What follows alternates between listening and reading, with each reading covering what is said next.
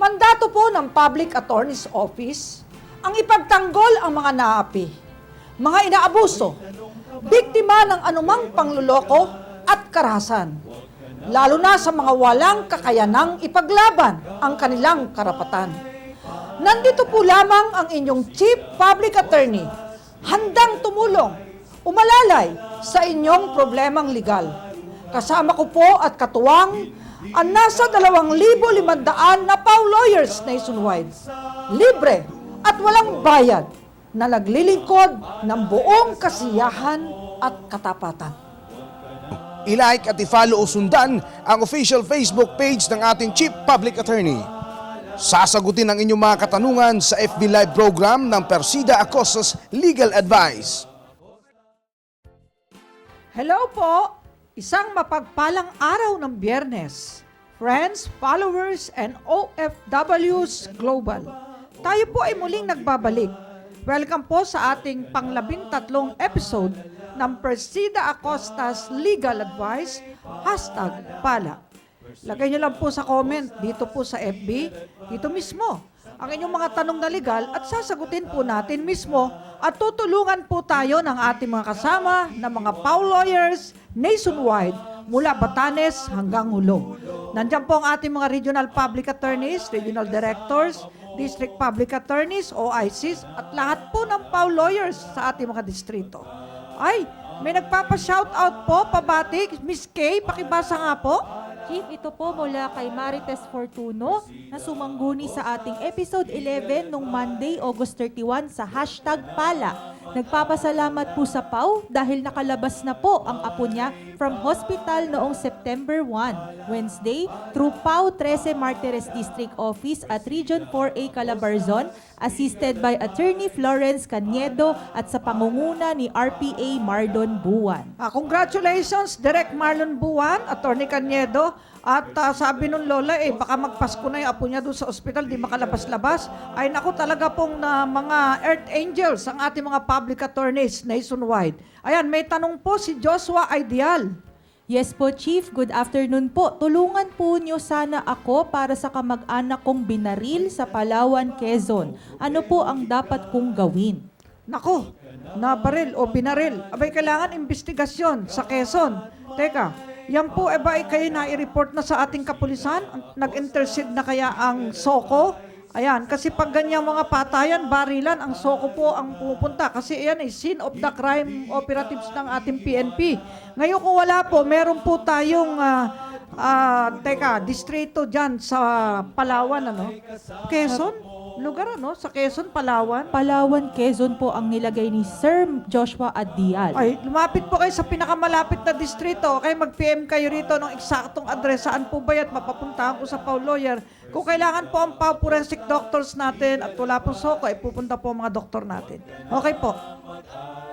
Chief, tayo nagpapa-shoutout po mula po kay Emily Jane Kalingen from good afternoon po from PAW, Cagayan de Oro District. Alam mo, talagang nakatutok sila ngayon, ano? Cagayan de Oro District yan. Teka muna, mayroon pong nag-text doon sa aking anak na si Miss Camila.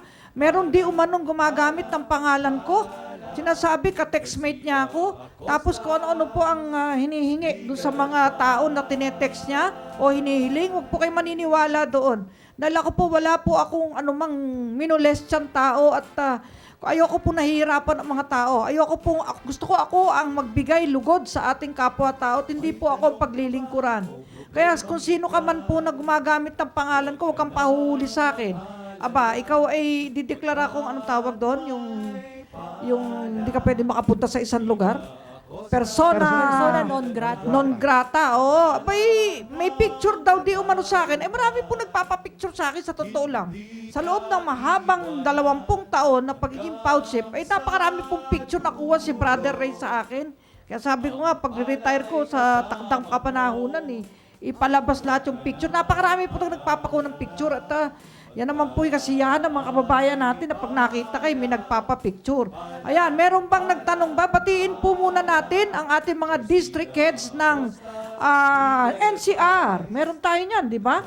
Nasaan Yes ba po, yan? Mga Chief. gwapo at gwapa na taga-NCR. Babatiin po natin ang ating PAO District Public Attorneys ng National Capital Region sa pamumuno po ni Regional Public Attorney Revelyn Ramos Dacpano na masugid at katuwang natin sa programang #Pala. Aba, susunod yung kara, no? Sa susunod Yes na po, episode, Chief. papakilala natin. Okay, i-play nga natin yung video presentation nila. Ang mga gwapo at gwapa ng mga PAO lawyers natin, mga head ng ating district sa NCR. Deputy Chief Public Attorney Silvestre Mosing, Deputy Chief Public Attorney Annalisa Soriano, sa service heads po, RPA Revelyn Ramos Dacpano ng NCR at Head Executive Assistant ng Executive Support Staff, Attorney Ronald Jerome Nieves, OIC ng Legal Research Service, Attorney Flordelisa G. Merelos, OIC ng Special and Appealed Cases Service, Attorney Rigel A. Salvador, OIC ng Field Operations and Statistics Service, Director Alma E. Dumago Latosa ng Financial Planning and Management Service. Sa ating Regional Public Attorneys naman po, sa Region 1, RPA Honorio Sagsago, Region 2, Jefferson Caro, Region 3, John Steven Dunuan, Region 4A Calabarzon, RPA Marlon Buwan, Region 4B Mimaropa, RPA Howard Areza, Region 5 RPA Giselle Garcia, Region 6 RPA Edmund Gillen, Region 7 RPA Maria Giri Kalinawan, Region 8 RPA Vevelin Monsanto, Region 9A ng BARM OIC Attorney Ernie Masorong, Region 9B Zamboanga Peninsula RPA Edgardo Gonzales, Region 10 OIC Attorney Vivian Mostrales, Region 11 RPA Susilin Abtarul, Region 12 RPA Serviliano Lorenzo, Region 13 Caraga RPA Ingrid Nestor at CAR RPA Henry Francisco. May tanong si Miss Ba't naman Maldita pangalan mo? Maldita Hermosura. Palagay ko ano lang niya to. Pang FB lang yan. Pang syarot-syarot na pangalan. Okay, tanong? Good afternoon po, Chief. Watching here from Taif, Kingdom of Saudi Arabia, from Sagay City, Negros Occidental. Ask ko lang po, pwede po ba na dalhin ang apelyido ng tatay kahit di po kasal since birth po ng anak ko until age of 17 years old po, apelyido po ng nanay ang dala. Pwede po bang malipat sa tatay ang apelyido na wala pong babayaran? Ay, pwede pong ilipat. Pero dapat may affidavit of recognition po ng ama dahil hindi po kayo kasal. Yun po ang requirement. At makipag-usap po kayo sa civil registrar. Ang alam ko po, meron pong legal fees yan sa kanila. Doon sa civil registrar ng inyong syudad o inyong munisipyo kung saan siya ipinanganak. Okay po? Si Miss Nida Manungsong may tanong. Yes po. Chief, ano po ang karapatan ko sa mamanahin naming siyam na magkakapatid? Verbal ang pagsabi ng aking mga magulang na sa akin ipapamana yung lote ng nanay ko dahil ako po ang tumutulong sa mga financial na pangangailangan nila. Paano po magiging legal ang verbal na sinabi ng mga magulang ko para malinaw po sa mga kapatid ko? Thanks po. Pag po may advance na pera ang isang anak sa magulang at may lote, gustong ipamana, hindi na mana po ang gagawin dun Deed of sale na po. Deed of absolute sale. Para po ma-transfer samantalang buhay pa sila. Kung may halaga po talagang ibinigay ang anak para sa magulang niya. Okay po? Pag sinabi niyong mana, may parte po dyan yung 8 niyo pang kapatid, pag mana. Pero iba yung bili sa mana. Okay po? Sige, punta po kayo sa abogado para matutunan niyo kung anong dapat gawing mga dokumento. Okay po? Rosemary Hermar. Ano ang iyong tanong, Rosemary? Good PM po. Sana po kami ay mabigyan ninyo ng legal advice. On duty po yung tao nang biglang sumakit ang kanyang hernia o los-los at naoperahan on duty po siya nang mangyari yon, pero pinabayaan na po ng company at agency. Ano po kaya yung dapat naming i-file laban sa agency at company? Thank you po. Meron kayong pwedeng claim sa ECC, Employees Compensation Commission, at pwede rin sa labor po yan. Kung connected, kung laging nakatayo. Kasi pag laging nakatayo, talagang pwede kang magkaluslus. Okay? So, sabi ng mga doktor namin yan, hindi sabi ni Acosta.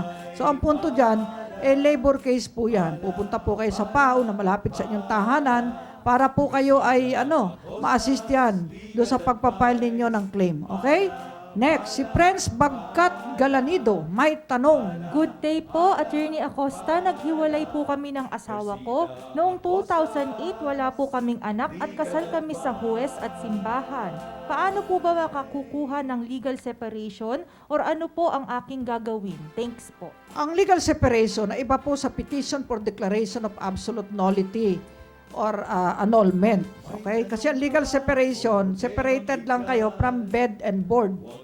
Yan. Pero mag-asawa pa rin kayo. Kung yan ang gusto nyo, dapat po merong basihan, may dahilan, sangayon sa Article 55 ng Family Code. Ngayon, pag annulment mo naman, tignan natin kung meron pabagsak yan sa psychological incapacity dahil matagal na siyang hindi kayo inuuwian at baka may problema sa psychologically. So, punta po kayo sa abogado para maunawaan nyo ano ba ang dapat nung i-file na kaso. Marami po kayong option. Okay? Melchor Injongko, anong tanong mo? Hello po ma'am, ako po ay taga Bulacan. Hiwalay na po ako ng 20 years sa aking asawa. May pamilya na po ngayon ang asawa ko. Gusto ko po sanang ipawalang bisa ang aming kasal. Ano po ang dapat kong gawin? Ayun din, kagaya nung kanina, no? Alam nyo kasi, hindi ko mo hiwalay kayo, pwede nang maanal. Kailangan may legal grounds ang ayon sa Article 35, 36, 37, 38, or 45 ng Family Code. Titignan niya na abogado saan ba magpopol yan para mananal ang kasal ninyo. Ha? Iba kasi, kung hiwalay na, anal na agad, sasabihin nyo, hindi po totoo yun. Kailangan may legal grounds ang ayon sa Family Code. At ngayon, nababalita yung divorce, no? Yung marital divorce, yung bill ay mukhang pumapasa na sa lower house.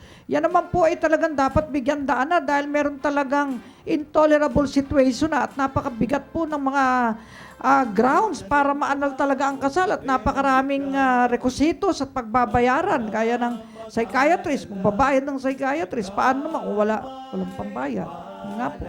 Kaya nagtitiis na lang habang buhay, nakakulong sa isang kapirasong papel. Pero yun talagang nagmamahala, nagkatampuhan lang ngayon. Di mo dapat maghiwalay, kawawa yung mga bata. Kailangan ayusin yan. At alam nyo naman, sa totoo lang, lalo yung mga nasa gobyerno, ng mga kababaihan, talagang nagtitiis ng sama ng loob. Dahil nagkakaroon kasi ng stigma sa ating lipunan. Na kapag ikaw ay anal o walay sa asawa, para mo may ginawa kang kalokohan. Kaya tiis-tiis lang ang ginagawa. Pero kung may maayos na divorce law ng Pilipinas, siguro magiging maayos na ang mga pagsasama at mapayapa ang mga tahanan. Ayan, si Jocelyn Tolentino. Magandang araw po. Magtatanong po sana ako kung may expiration po ba ang pag-file ng kaso dahil nasa Oman po ako. Hindi pa po kasi ako makakauwi. Ito po ay regarding sa perang hinulog pero wala palang resibo na binigay. May expiration po ba ang pag-file ng kaso? Ang sagot ko dyan ay tama. May expiration, hindi affirmative. Alam mo, yung pag-punishable pa ay reclusion perpetua or life imprisonment, 20 years. Okay? Yung prison correctional, 10 years sa pagkaalam ko, no? So, sa puntong yan ay kailangan na i-file agad ang kaso para hindi bumagsak. May prescription of crimes, prescription of offense, may prescriptive period din sa quasi-delict, 4 na taon, sa quasi-contract, 5 taon. Kaya talagang sadyang kailangan pag meron kang gustong i-file na case, i-file mo na ng maagap at para maging mabigat at buhay pa yung mga testigo. Baka mamaya nagkamatay na yung mga testigo. Hindi ka talaga magpa-prosper ang kaso mo. Okay? Jillian Liana Montes Cadorna. Pag kulang po ba yung binigay na sustento po, pwede pa rin po ba yun makasuhan? Alam niyo po yung kulang at sakto, mahirap sabihin sa support. Kasi depende po yan sa kita ng tatay. O kaya kung walang kita, paano mo po persang mag-support? Kaya kailangan, bantayan. Ano ba, may trabaho ba yan? Ang problema po kasi ngayon, kung aasa lang talaga ang mga anak sa ama, may mga amang, hindi naman lahat. Talagang parang nagtanim nga ng kamote sa kalye. Ayan. Bihira yung ama na talagang gagawin ng lahat, mapakain, mapaaral ang mga anak. Kaya ang mga kababaihan, ang advice ko, matuto tayo maghanap buhay. Ang nanay ko po, kahit nasa bahay nung araw, siyam kami naghahanap buhay. Tinutulungan ng nanay ko, driver ng bus ang tatay ko. Ang nanay ko, nananahi. O yan, tumatanggap ng tahi at nagtitinda-tinda sa harapan ng bahay namin. Ang sabi ng aking ina, hindi po pwedeng ang lalaki lang maghanap buhay, lalo kung maraming anak.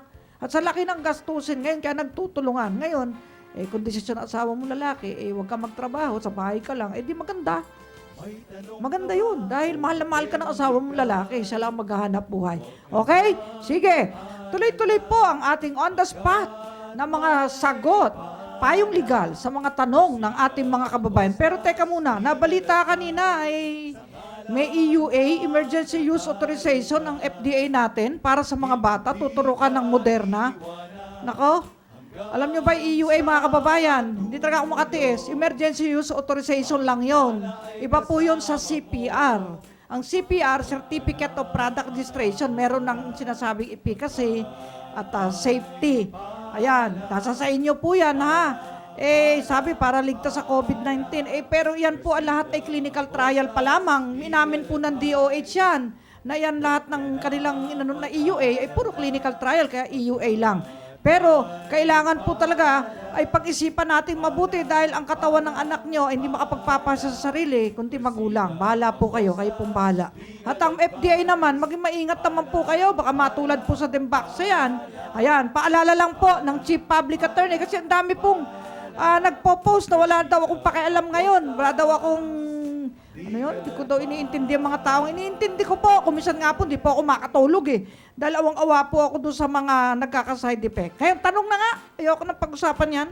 Yes po, Chief, mula kay Anaj or Jana Domingo. Paligal advice po, ano ang gagawin namin sa lupa na iwanan ng grandparents namin sa NHA pa lang nababayaran? Ngunit may hawak ng documents yung pinsan namin at supposedly buhay pa yung 3 anak ng grandparents ko. Sinabi ng pinsan ko yung parents daw niya ang nagbayad lahat sa NHA kaya sila raw po ang may karapatan sa lupa ng grandparents namin.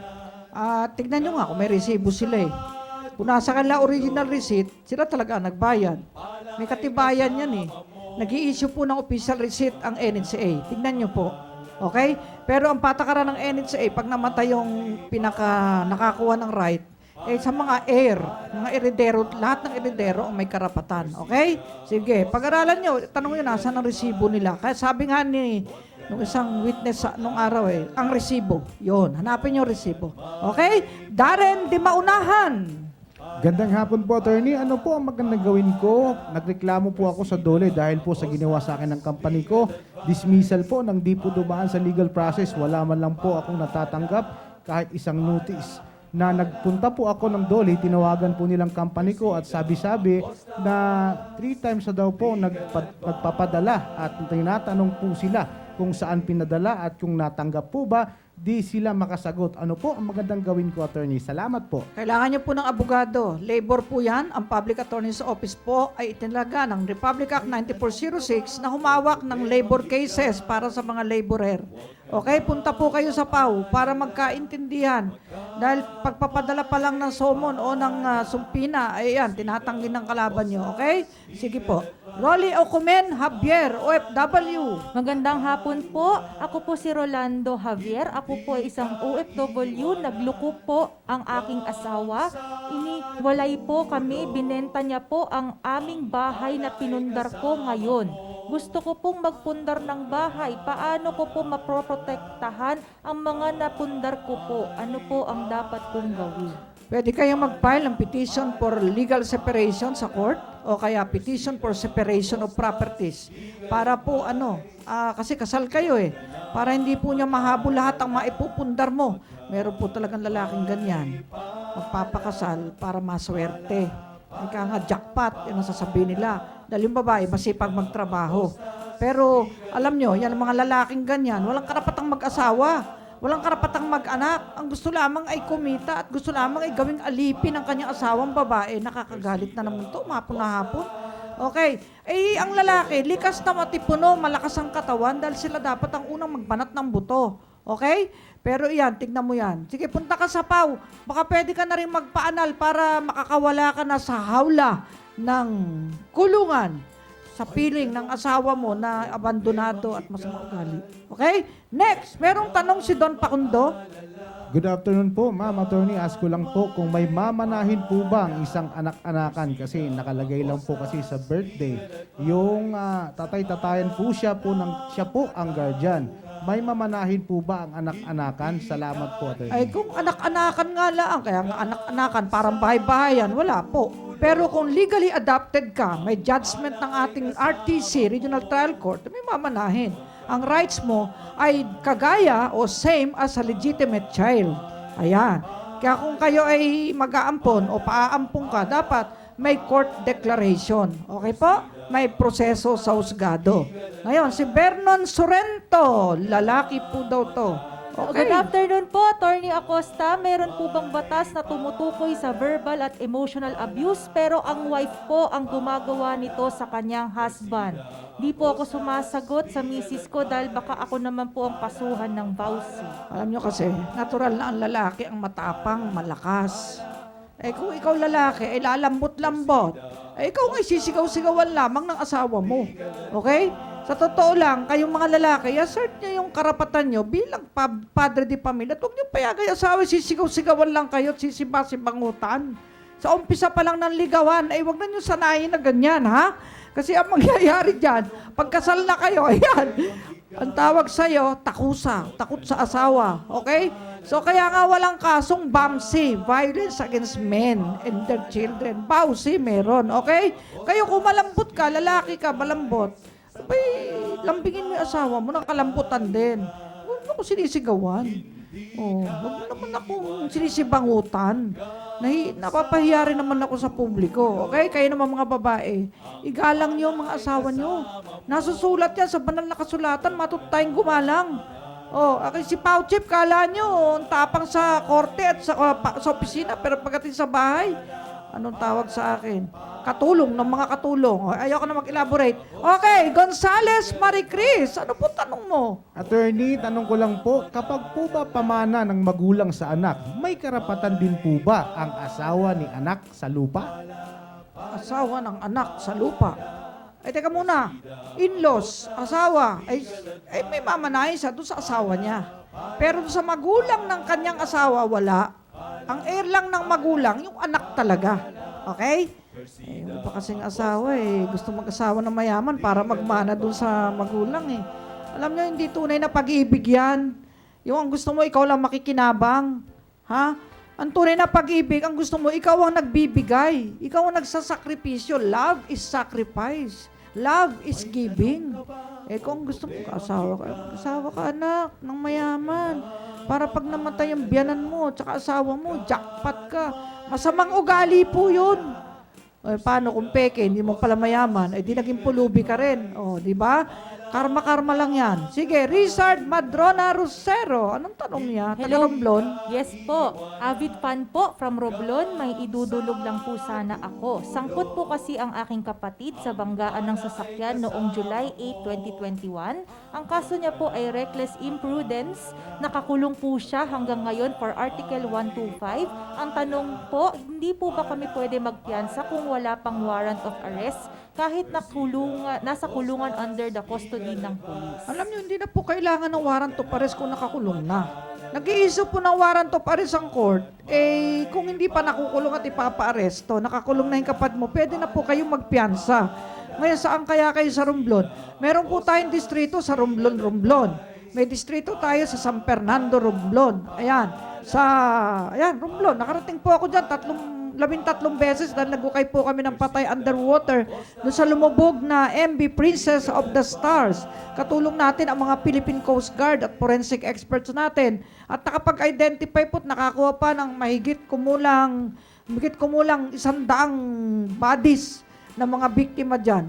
Okay? Pagpiyansa po kayo, bailable po yung kaso na reckless imprudence resulting to physical injuries or damage to property. Okay? Sige po. Si Ronaldo Perreda ang tanong. May tanong lang po ako sa inyo, attorney. Anong kaso po na ninakaw na deed of sale at titulo na ngayon po ay ipinagkakaila ng mga anak na ninakaw nila? Ay, di pag nanakaw. O yan. Pero, makakakuha rin kayo ng kopya niyan sa Register of Deeds. Okay? Mayroon pong copy doon. Original copy. Ngayon, pwede kayong humingi ng copy niyan. At pwede kayo magpa-issue ng honest duplicate copy of title. Okay? Pero dadaan sa korte po yan. Pero madali lang po yan. Kung meron po kayong copy na makukuha sa Register of Deeds. Okay?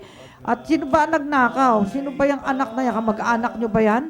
Pag-usapan nyo po yan. Alam nyo, ano mapapalala kung nakawin nila yung titulo at saka deed of sale na yan? Sa kanila ba matititulo? Siyempre, may motibo yan kung ninakaw nila. Punta po kayo sa PAW para magkaintindihan. Sonia Dagli Gravino, ang tanong niya ay tungkol sa droga. Chief, nagsubmit na po ako ng motion to release the accused para sa kasong RA 9165, Sections 5 to 11, noong July 9, 2021.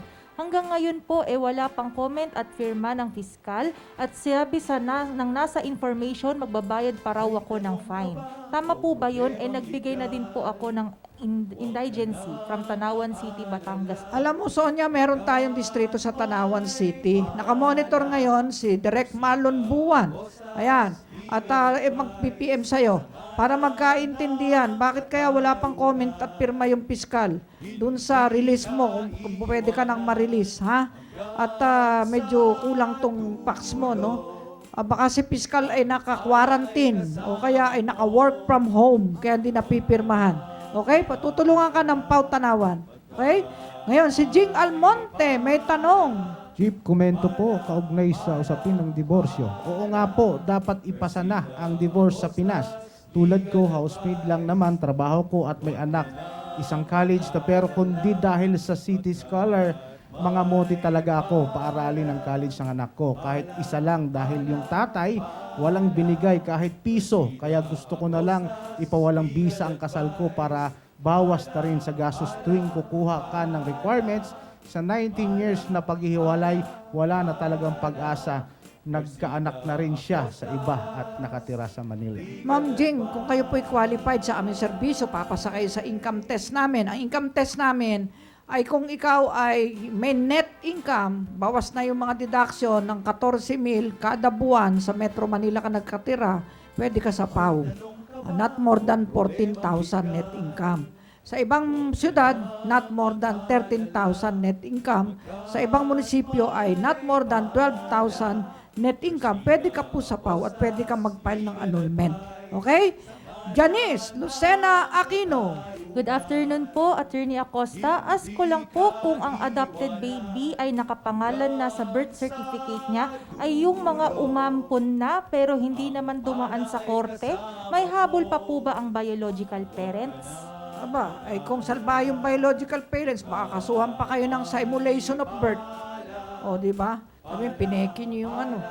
Pero sa puntong yan, hindi po ako mag-a-advise sa inyo, no? Off the record po. Bahala na po yung PAW lawyer namin na sumagot sa inyo. Narehistro na pala sa inyo pag nagabol, ayusin ninyo ang problema. Okay? Mag-file kayo ng legal adoption. Okay?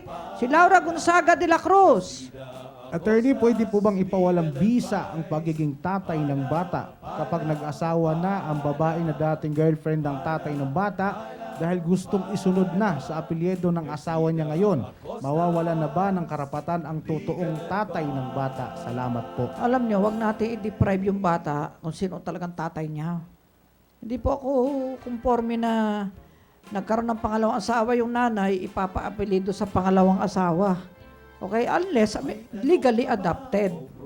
O, pa-adapt mo sa asawa mo ngayon. Pwede. Kasi alam nyo, karapatan ng isang bata na isinilang sa mundo na malaman niya kung sino mga tunay niyang magulang, nanay, tatay. Hindi yung ipapangalan natin sa iba. Na yung bata, hindi naman makapagbigay ng consent dahil bata pa nga yan Hindi niya alam yun Tsaka kung may kasalanan yung tatay ng bata, huwag na natin idadama yung bata. Okay? Unless, i-adapt nga ng pangalawang asawa. Okay? Ngayon, si Roberto De La Torre. Si Tolibas James muna. Yes po, Chief. Attorney, pwede po ba ireklamo ang kapatid ko nang dahil lang po sa kulang ang sustento niya para sa anak niya? Ang trabaho po ng kapatid ko ay construction worker. Nagpapadala po sa kapatid ko weekly 1K to 1.5K. Minsan po, hindi pa po nakakapagbigay sa kapatid ko dahil po minsan maulan. Hindi po sila kasal ng kapatid ko. Thanks po. Sana po mapansin. Alam mo, kung nagsusustento naman, hindi naman dapat idemanda nung nanay nung bata. Okay? Merong iba hindi nasisyan Kaya sabi ko nga kanina, ang suporta, depende sa kita ng hinihinga ng suporta. Okay? Depende sa kita. Ngayon, minsan nakakasuhan pa rin pag hindi nasiyahan yung nanay ng bata. Kaya nga ang payo ko sa mga kalalakihan, Huwag kayong magtanim ng kamote sa kalsada para pagdating ng panahon, hindi kayo makasuha ng bawsi. Iba na ngayon, di kagaya nung araw, ibang lalaki, tanim lang ng tanim eh. Tapos nagtatago. Pwede kang makulong pag hindi ka sumuporta. Okay? Nasaan na tayo? May tanong pa, si Jean Canlas. Si Roberto po muna, Chief. Sorry Okay? 13 years na ako sa work, kaso nag-resign last May 2021 sa kadahilan ng 2 araw lang ang pasok sa isang linggo. Wala daw akong makukuha sa company kahit magkano, wala namang clearance na pinangahawakan. Eh, hindi totoo yan. Kung regular worker ka eh. Okay? Walang pasok. Pero kaso, nag-resign ka eh. Voluntary. Diba, pinaliwanag ko na nakarang episode, pag voluntary resignation, di nakakakuha ng separation pay. Except, meron kayong CBA na nagsasabing meron kayong separation pay kahit voluntary resignation. Okay? So, sa puntong yan, makipag-usap ka sa kumpanya na sana naman bigyan ka kahit half-month pay for every year of service. Pero ngayon, ang mga kumpanya ngayon, karamihan, dumadaing na rin. Kaya ang bagsak mo ay sa labor. Pero kung voluntary resignation, ay naku, mahirapan ka mapatunayan sa korte na ikaw ay illegally dismissed. Okay? Jean Canlas! Yes po, good PM po, attorney. Ako po si Jean Canlas na Nueva Ecija. Tungkol po ito sa kaso po ng aking anak. Matagal na po kaming nagkakaso. Almost 6 years na po. Malaki po, hinihingi nila sa amin. Nasa 50,000 daw po. Wala po kaming ganong kalaking halaga na ibibigay. Ano po ba ang dapat po namin gawin? Bakit kaya hinihingan kayo ng 50,000? Ano bang kaso niyan? Liwanagin mo, Jean, ha? PM mo. Alam mo, aregluhan na nangyayari dyan sa kaso mo, ha? Baka para ma-dismiss, nanghihingi ng 50,000. Ano ba kaso ng iyong anak? At hinihingi ng 50,000, bali 100,000. Liwanagin mo, punta ka sa PAW office para matulungan ka at makalaya yung anak mo. Okay? Si Azay Longgalong Badilla may tanong. Attorney, pwede po bang magtanong, maaari ko po bang kasuhan ng asawa ko at ang kabit niya? At maaari ko bang gamiting ebidensya ang mga voice call at mga conversation nila sa social media? Hindi naman po kasi nagsusustento yung asawa ko at yung kabit po, pwede po bang kasuhan yon ng civil damages? Ano naman tayo? Kabit-kabitan. Okay, pwede mo kasuhan kung may ebidensya ka. Pero ang punto doon, yung lalaki kasi, yung asawa mo, lalaki, ang concubinage kasi, mas mas maluwag ang batas sa lalaki. Kailangan merong scandalous circumstance. Kailangan inuwi ng lalaki sa conjugal dwelling yung kabit. Yan ang mga kailangang ebidensya. Yung voice call, i-deny laang nila yan eh. Yung mga combo-combo nila. Tsaka ngayon, ang dami nahahak na mga messenger. Lalo ka lang magdudusa. Hayaan mo na sila magpakaligaya. Malay mo isang araw, hindi na matanggal yung pagkakayakap nila, hindi na ba sila magkahiwalay. Ayun, ebidensya yun. Di ba meron ganun nakayakap, hindi na nagkahiwalay? Di ba? Magic. May magic eh. Ano? Nakakainis? Yung mga kabit na yan?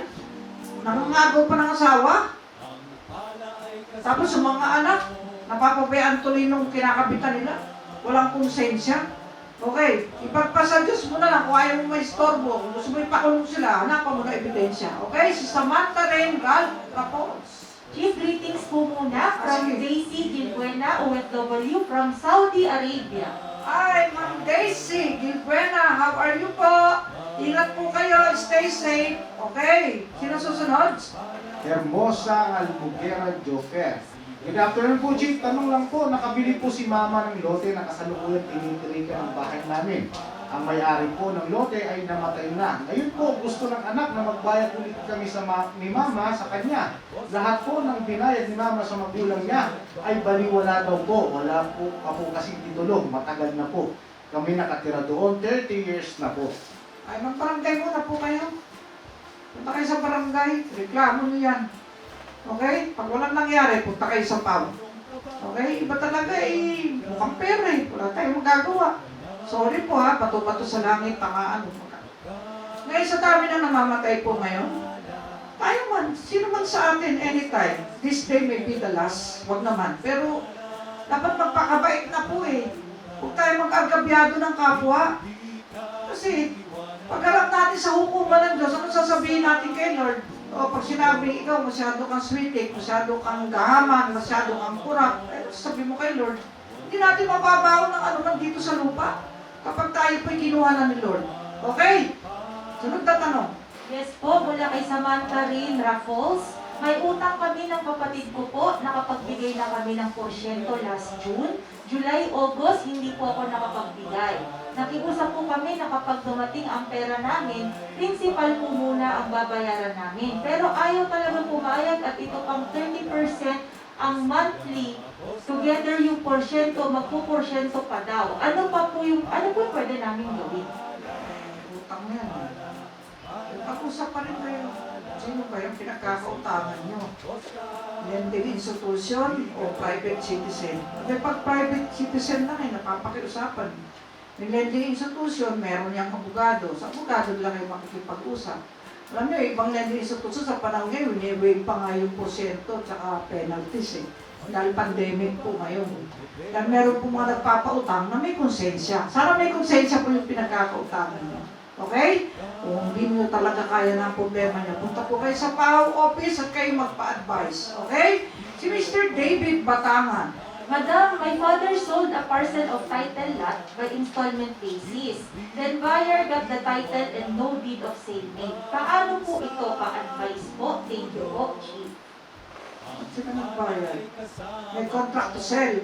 Kung may contract to sell yan, yun ang nakaresibo, hindi may ebidensya po kayo. Okay? At ka, Wala na pong deed of sale. yung tatay nyo nagbenta, no, ng lupa installment. Pero kinuha, ba't yung binigay ang title? Oh. Bayad, hindi pa bayad. Kung yung binigay ang titulo, ang original. Oh. Saka dapat, may contract to sell. Iba po yung contract to sell sa deed of absolute sale. Contract to sell, hulugan. Deed of absolute sale, talagang ay na, bayad na kayo. Okay, punta po kayo sa abogado, ha? Para maproteksyonan ang karapatan niyo. Shoni Leonita Lawas. Attorney, ano po ang ikakaso ko sa ama ng anak ko na ayaw kilalanin ng tatay niya? Ano po ang dapat na demanda? The petition for recognition. Opo. Dapat may ebidensya kayo na anak talaga niya yan. Okay, DNA test, mga pictures, okay? Love letters, dapat kumpleto kayo. Eh, bakit ba hinahabol niyo yung tatay niya, sustento?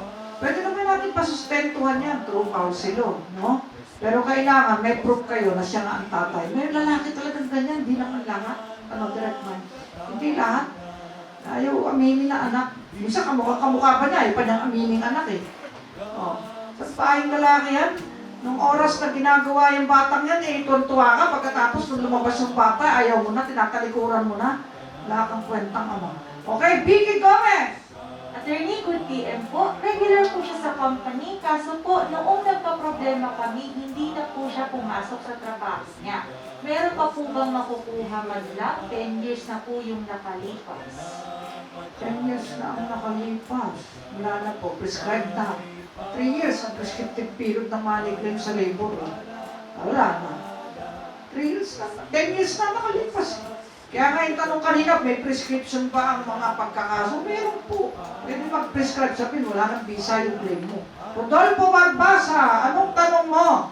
Attorney, may inisyu sa akin na cheque noong May pa, halagang 79,000, bali 150,000 ang babayaran niya sa renta ng sasakyan.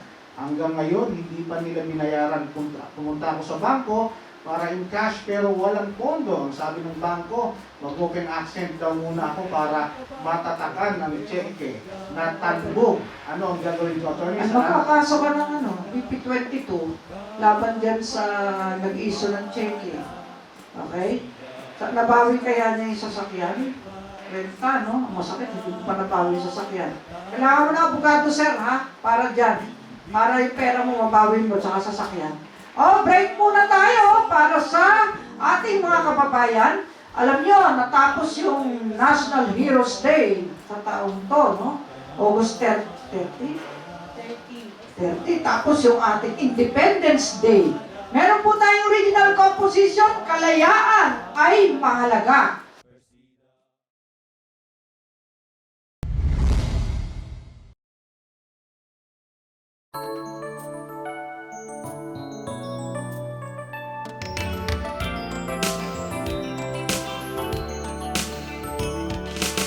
Kalayaan ay mahalaga, katumbas ng buhay at sigla. Sino mang maghasik ng duda, paninira ay nabasura. Tangka na pagturong wala na, estratehiya na pukuna. Masamang hangad ay wasak na, kabutihan ay nagwagi na. Bayan nagwagi at tagumpay, nanalo na ang katarungan, nanaig ang katotohanan laban sa kasinungalingan.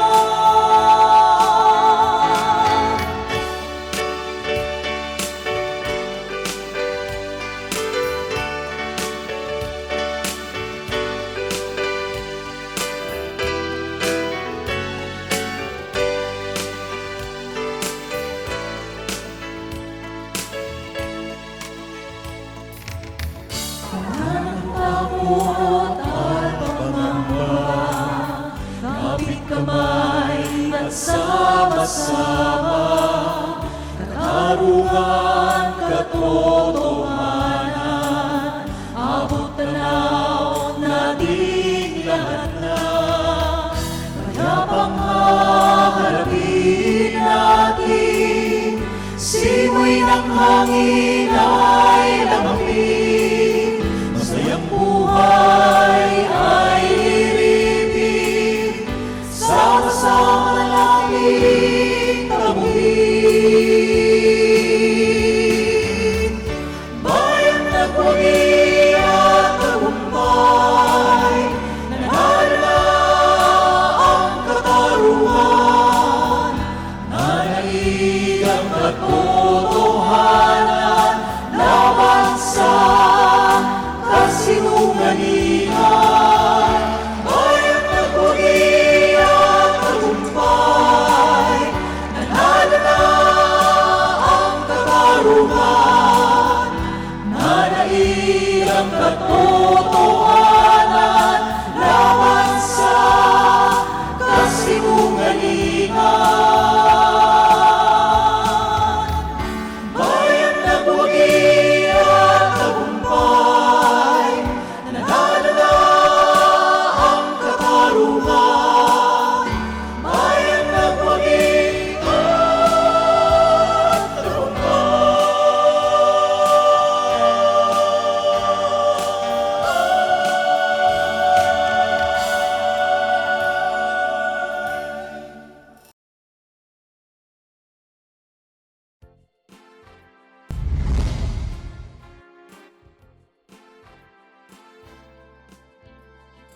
May tanong ka ba o problemang liga? Nagbabalik po ang hashtag pala. Nagpapasalamat po tayo sa ating mahal na dating mayor ng Quezon City, SB Belmonte, naging congressman. Siya po yung tumulong sa amin para magkaroon kami ng lote dyan sa NHA lot, no, Government Center. At ngayon po tinatayo na ang PAO New Central Office Building. At ayan, dahil lang sa lockdown, medyo nadidelay. At nagpapasalamat din tayo kay Pangulong Duterte sapagkat pinondohan po ang pagtatayo. Dito po kasi katabi namin mga squatters dito sa Nia Road. Okay? At may tanong pa rin. Basa po. Yes po, Chief, mula kay Ma'am Nida Manungsong. Ano po ang kaso ng bata na mana sa ina na ginagawang pagkakaperahan ang mga rape accusation sa mga biktimang akusado dahil sila ay umaasa sa pag-areglo sa kaso dahil ayaw ng akusado mapahaba pa ito? Teka, kaso ng bata na mana sa ina na ginagawang pagkakapirahan. Ang mga rape accusations daw. Okay? Hindi nag-iimbento ng kaso? Yes po, Chief. Aba, malicious prosecution yan incriminatory machination. Pwedeng kasuhan po yung nanay dyan. Okay? Huwag po kayong pauto. Magsumbong po kayo sa pulis o kaya sa PAO, punta po kayo o pinagkakapirahan po kayo para tulungan kayo. May ganyan talaga. Iba nga, pinapasagasaan yung anak, kunwari. Tapos manghinang pera dun sa motorista. Huwag naman ganyan po. Kayo ay nag-anak, hindi para gamitin pagkapirahan ng anak. Ang anak, inaalagaan, minamahal, inaaruga, hindi gagamitin sa krimen. Okay? Rosita Aquino. Attorney, ayaw ho kaming harapin ng The Home Builder Development Corporation. Ganito po yun. Pinuntahan kami ng lote sa binuksan nilang Villa Felicidad Subdivision dito sa Pilar Bataan. Pagkatanggap ng payment namin, nawala na po silang lahat sa office nila. Nalaman na lang namin, wala na yung lupa. Niloko kami. Paano po namin mababawi ang mga pera namin? Nako, kaya nga, na-estapa na kayo. Abay, kung meron pong nakapirma dyan, hindi kasuhan na estapa, kung may resibo kayo. Ayan, kaya wag po tayo basta-basta maglalabas ng pera sa hindi kilala. Ang dami na pong naloko. Yung mga investment scam na yan. Yung triple your money, yan naman, nagbebenta, hindi umano ng lupa. Aba, dapat imbestigahan mo kung may titulo yan, magbebenta. Kung nakapangalan sa kanila. O aalamin sa Register of Deeds, saka sa Assessor's Office. Marami pong ganyan, mga manluloko, estafador. Magtrabaho ng legal eh. Instant money ang gusto. Kasuhan po na estafa kung ma-identify nyo. Okay, punta po kayo sa opisina ng piskalya dyan. Mahusay ang piskal nyo dyan, sa Bataan. Si Piskal Ramoncito Ocampo. Ayan, siya po ang provincial prosecutor dyan. Patulong po kayo. Okay? Ayan, bumabati po. Si Johnny T. Salomon and Goose, good afternoon, Chief. You look so great with your attire, Chief. Waving with pride and joy from Pao, Molaga District, Zamboanga Peninsula, Region 9B. Wow! Ano ba yung pangalan mo, Johnny? Babae kasi Johnny. Johnny T. Salmon. Junet. Junet yan. Ang bigas yan, Junet. Egbos. Sogke. Ano kaya? Baliktad ang pangalan niya? Ay, ba tawag sa mga baliktad ang pangalan? Ano? Anong tawag doon? Ano? Pasyarot? Ayan, talaga alam niyo mga kabataan, mga millennials ngayon, mga pangalan binabaliktad. Tapos yung kanilang pangalan, parang, makala mo, Becky yung pangalan, okay? Kasalanan ko daw kung bakit marami nagladlad. Alam niyo ba sa face-to-face, pinagtanggol ko kaya yung Becky doon. Ang sabi ko, itong liner ko, bitin ko ano, kung Becky? Yun, dumami tuloy, nagladlad. Junet, how are you? Kumusta kayo sa Zamboanga Peninsula, Mulabi District? Mag-iingat kayo dyan, ha? God bless you. Ayan, may tanong si John Robles. Attorney, yung anak ko po, illegitimate child, namatay papa niya, nasa abroad ako. Nagkabakasyon po ako, inayos ko yung GSIS ng papa niya. Siya ang nakalagay na beneficiary. Now, na for good na ako, nakabalik ako, hindi na po siya ang beneficiary, na magic po siguro. Kaya now dapat napampaaral sa anak ko, lumipad na. Paano po ba dapat namin gawin? Alam niyo, kung may ari-arian ng papa niya, ang problema, baka may asawang tunay yung papa niya. Saka may legal heirs. Ayan. Alam niyo kung may properties, paano makapagabul po kayo. Okay? Si Gabriel, Chief, si Joseph Manigo Joseph po. muna. Yes po. 40 years na po na tenant sa lupa, ng may lupa ang magulang namin, tapos namatay na po sila. Saka yung matandang may-ari ng lupa, ngayon po yung mga anak, pilit po kaming pinaaalis sa lupain nila. Taga Bungabong, Oriental, Mindoro po. yan, Darab case po yan. Punta po kayo sa Darab. Ayun, kung kailangan ng abogado, pwede rin kayo tulungan ng pa. Okay po? Ganyan po talaga. So, diyan, ang may-ari ng lupa, merong, anong tawag doon sa property? May power of dominion over the property. Ngayon, kung kayo tenant, may power to possess naman kayo, tiller of the land. Sa land reform yan, ano? Okay, punta po kayo sa Darab para malaman niyo ang ganap niyong karapatan. Pwede po bang makapagbigay ng legal advice ang PAO about sa marriage namin? Civil po kami. Ngayon, gusto ko na makipaghiwalay sa asawa ko. Dahil na-discover ko ang kalokohan niya, may lalaki po yung asawa ko. May ebidensya po ako, mga chat nila, picture, videos na immoral. Ngayon po, wala po akong pera pang annulment. Gusto ko lang na maghiwalay kami. Baka po pwedeng may kasulatan na lang kami na di ko na siya pakikialaman at di na rin niya ako pakikialaman. Bahala na po siya sa buhay niya at sa lalaki niya. Pwede po ba yun? Agreement na lang na walang pakialamanan. Wala naman po kaming kamag-anak. Anak! Wala daw silang anak! Ano ba? Ay, parang buhay ni Rayto ah. Teka! Alam nyo, may kasama ako dito. Hanggang ngayon, yung annulment yan, hindi yan tinatapos. Kailangan na lang, psychological report. Ang tagal na nilang hiwalay, wala silang anak. Sumama na sa iba yung asawa niya. Ganyan istorya. Mukhang si Ray ito Anong PNP to? Alam nyo, abay, swerte ka, wala na sa piling mo yung babae na yan, immoral, biro mo, papakanin mo, tapos pagtalikod mo, may ibang katabi. Yan ang swerte mo, wala na sa tabi mo. Ngayon, pwede ka mag-file ng annulment, tulungan ka ng PAO kung qualified ka sa serbisyo namin.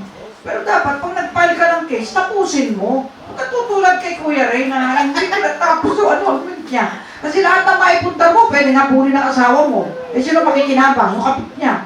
Diba? Mahirap kaya nun.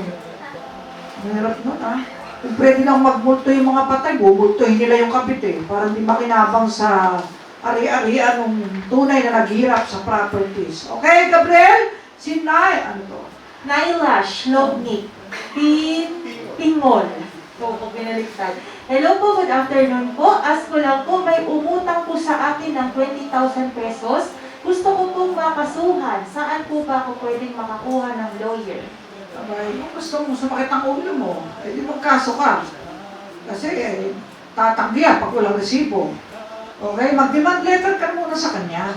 Pwede ikaw, na kapag hindi siya nagbayad, itidemanda mo sa Sausgato. Okay? I-registered mail mo patungo sa kanya para may ebidensya ka nag-demand. Ngayon, punta ka sa PAO, pa-advise ka, dali mo ebidensya mo na may utang. Alam niyo, sabi ko nga, kung gusto mo sumakit ulo mo, magpautang ka na magpautang. Alam niyo, may magagaling mangutang, hindi naman marunong magbayad. Galit pa pag nasingil, pagtataguan ka pa. Kaya nga kung ayaw mo sumakit ulo mo, huwag ka magpautang. Ngayon, kung merong hahabuling buhay, o kaya pampagamot, talaga, tulungan mo na lang, abuluyan mo na agad. Yung abuloy, pwede po sa patay, pwede rin sa buhay. Donation sa Tagalog, sa English donation, sa Tagalog, abuloy. Okay? Si Nylas. Si Anna Jane Kanama na po, Chief. Ito po, tungkol po sa clarification kung talaga bang tumatanggap tayo ng for ejectment.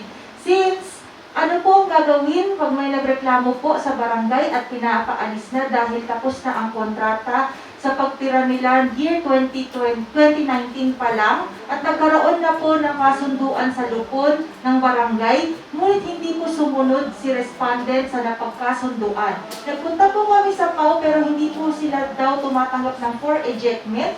Ano po pwede namin gawin para makaalis na po dahil delikado ang bahay na itinayo sa taas ng tinitirhan namin mismo at wala pa pong poste ang bahay, nabibitak na po ang Sa amin po kasi, pwede kami doon sa tenant.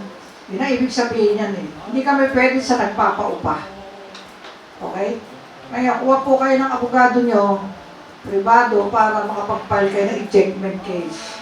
Dapat talaga ma-eject na yan. Tapos, kung manalo na kayo, matalo sila, pwede nyo i-execute. Mapapalis sila ng sheriff. Okay po? At sa ngayon po, tatanggap tayo ng isa pang tanong, oras de peligro na, alas 3:58. Last question. Mula po, Chief, kay Maria Teens Flowers. #pala. Good PM po, Chief. Pwede po bang mag-file ng case sa RTC? At the same time, administrative. Sabi po kasi gusto lang daw po namin mag-calibrate sa kaso namin sa RTC. Thank you po. May mga kaso po na mayroong independent civil action at pwede pang may kaso administratibo. At pwedeng may criminal case pa sa RTC. Okay? Gaya ng mga kasong reckless imprudence resulting to multiple homicide. Ayan, depende po sa kaso. Okay? At sa ngayon po, dito po nagtatapos ang ating #pala Persida Acosta's Legal Advice. Maaari po kayo magsadya sa aming pinakamalapit na tanggapan ng PAO sa inyong lugar. Maaari din po kayo tumawag sa aming PAO hotline 24/7, Saturday, Sundays, holidays, nighttime, daytime, 02-929-9436. Ingat po kayo palagi. God bless. Always po. Maraming salamat. Face mask, face shield, social distancing, maghugas ng kamay. We stand with PAO. Mabuhay ang sambayanang Pilipino. Hanggat may inaapi, inaabuso, biktima ng karahasan, kakampi nyo si Chief Persida Acosta. Batas ang uusig sa mapangapi, langit ay kakampi, makakamit ang hustisya sa tulong at patnubay ng Diyos Ama. Subaybayan ang Persida Acosta's Legal Advice o #Pala tuwing Lunes at Biyernes alas 2 ng hapon